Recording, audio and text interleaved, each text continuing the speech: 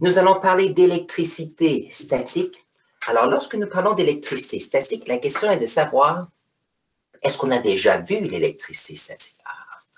Par exemple, on a déjà remarqué que si on prend un ballon et on le frotte sur les cheveux, on peut le mettre sur un mur ici, et puis le ballon peut rester sur le mur.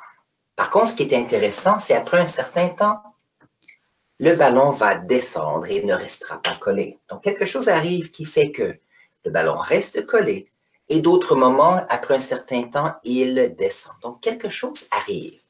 Ce qui est intéressant, c'est que c'est invisible pour les yeux. Un autre exemple, si nous avons une glissoire, alors ici, une glissoire, et quelqu'un ici a des cheveux qui descendent. Lorsqu'il va descendre, quelquefois, on peut se retrouver avec des cheveux qui semblent être droits sur la tête. Alors, j'ai essayé de le faire avec mes cheveux. J'ai mis du gel ce matin et mes cheveux sont encore mouillés, donc ça ne fonctionne pas. Un autre exemple, lorsque vous vous peignez les cheveux, quelquefois, il y a les cheveux restent collés après le peigne. OK. Alors ici, on sait que l'électricité statique existe. On l'a déjà vu. Un autre exemple, c'est lorsqu'on fait le lavage et on sort les vêtements. Il y a des vêtements qui peuvent être collés. Donc, par exemple, un bas ou une chaussette qui est collée sur une chemise et on doit les décoller. Donc, on sait que ça existe, mais d'où vient cette électricité statique? Ça, c'est ce que nous allons découvrir aujourd'hui. Alors, pour pouvoir bien comprendre comment un ballon touche un mur ou est-ce qu'un ballon réagit après avoir frotté sur les cheveux, on a besoin ici de ce qu'on appelle la série électrostatique. Maintenant, la série électrostatique, ça nous dit qu'il y a des éléments ou de la matière qui aiment retenir des électrons et il y a d'autres éléments qui adorent avoir beaucoup et attirent fortement les électrons.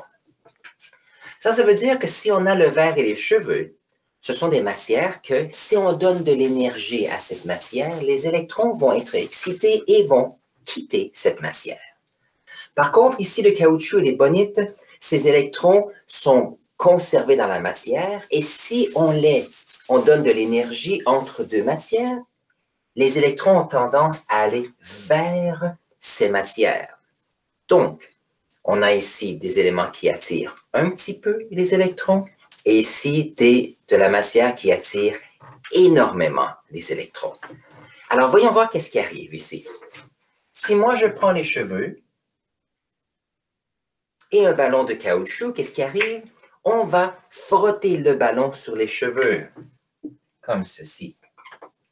Si on prend les cheveux et on frotte avec le ballon, qu'est-ce qui va arriver? C'est que les cheveux qui attirent un peu les électrons vont frotter sur le caoutchouc qui attire fortement les électrons. Alors, qu'est-ce qui va arriver? C'est que le caoutchouc ici va devenir de plus en plus négatif parce que ces particules d'électrons vont aller de plus en plus sur le caoutchouc. Tandis que sur les cheveux, nous allons avoir de moins en moins d'électrons. Alors, si on était pour comparer deux choses, quelque chose ici intéressant arrive. Si on a de moins en moins d'électrons, ceci va commencer à devenir un peu plus positif, tandis que le caoutchouc ici deviendra très négatif. Alors, si on prend le ballon ici et que l'on frotte sur les cheveux, qu'est-ce qui va arriver?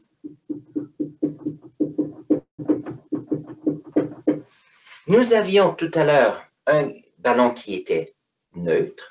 Maintenant, on le frotte et il y a une grande concentration d'électrons. Et puisque ici, ce qui est intéressant, on a des isolants, ça veut dire que les électrons ne peuvent pas bouger. Une fois qu'ils sont arrivés à un endroit, ils n'ont pas d'endroit où aller. Alors ici, on a un ballon qui est fortement négatif et on le met sur le mur. Et ce qui est intéressant, c'est que nous savons qu'un mur est neutre, donc le mur n'attire absolument rien. Par contre, si moi j'approche le ballon et qu'il y a beaucoup d'électrons ici, les électrons qui sont près de la surface du mur vont dire, mais nous, on n'aime pas les électrons. Alors, ce qu'ils vont faire, c'est qu'ils vont s'éloigner un petit peu Et en s'éloignant un petit peu, qu'est-ce qu'on se retrouve? On se retrouve avec un mur qui est un peu plus positif. Et devinez quoi? Deux matières qui ont des charges opposées vont s'attirer et le ballon va rester là. Pourquoi est-ce que le ballon finit par descendre? La raison, c'est qu'on a ici les électrons qui, avec les charges positives, vont décider, ah, on a une façon de quitter. Et les électrons vont quitter le ballon parce que les électrons sont des petites particules qui peuvent bouger facilement. Et il y aura de moins en moins de charges négatives sur le ballon. Et donc, il y a moins d'énergie qui garde les deux collés ensemble. Le ballon va descendre. Lorsqu'ici, on a un peigne avec le plastique, et le plastique, si je me rappelle bien, on va le retrouver souvent dans ce coin-ci. Le plastique. On va écrire ça un petit peu mieux.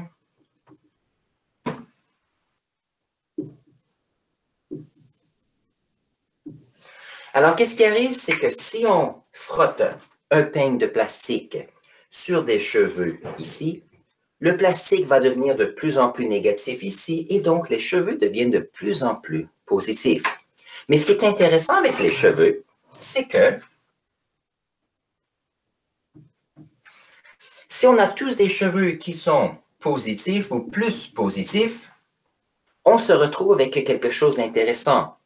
Les cheveux ne veulent pas être près l'un de l'autre parce qu'ils se repoussent, donc ils vont se repousser. Mais puisque chacun des cheveux est attaché à notre tête, ils vont se retrouver tout droit, comme cela. Alors, la série électrostatique nous permet de pouvoir comprendre visuellement le comportement lorsqu'on frotte deux matières ensemble. Alors, je vais donner quelques exemples. Voici une tige de verre. Donc, si vous étiez en laboratoire, on ferait ceci. Une tige de verre ici est une matière qui attire peu les électrons. Par contre, si on le frotte avec le coton, donc si j'ai le coton ici, donc j'ai un morceau de tissu ici, je le frotte comme ceci. Qu'est-ce qui va arriver? C'est que le coton ici deviendra de plus en plus négatif et cette barre ici deviendra de plus en plus positive. OK. Autre chose intéressante. Si on prend la laine, ici, et on prend les bonites, voyons voir,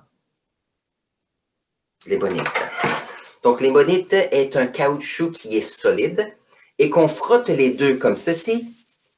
Qu'est-ce qui arrive? C'est qu'on se retrouve ici avec un bâton qui est très négatif parce qu'il attire les électrons et on a notre chiffon qui devient plus positif. Donc, c'est très difficile d'utiliser cela. Par contre, on a un bâton ici où il y a des électrons accumulés qui ne peuvent pas aller nulle part.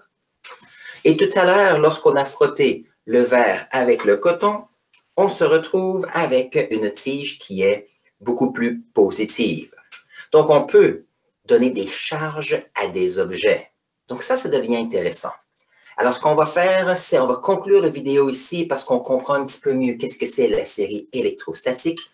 Et je vais vous montrer un exemple d'un appareil qu'on appelle des électroscopes qui nous permet de voir que lorsqu'il y a des conducteurs, les électrons bougent. Et ça, c'est la prochaine étape.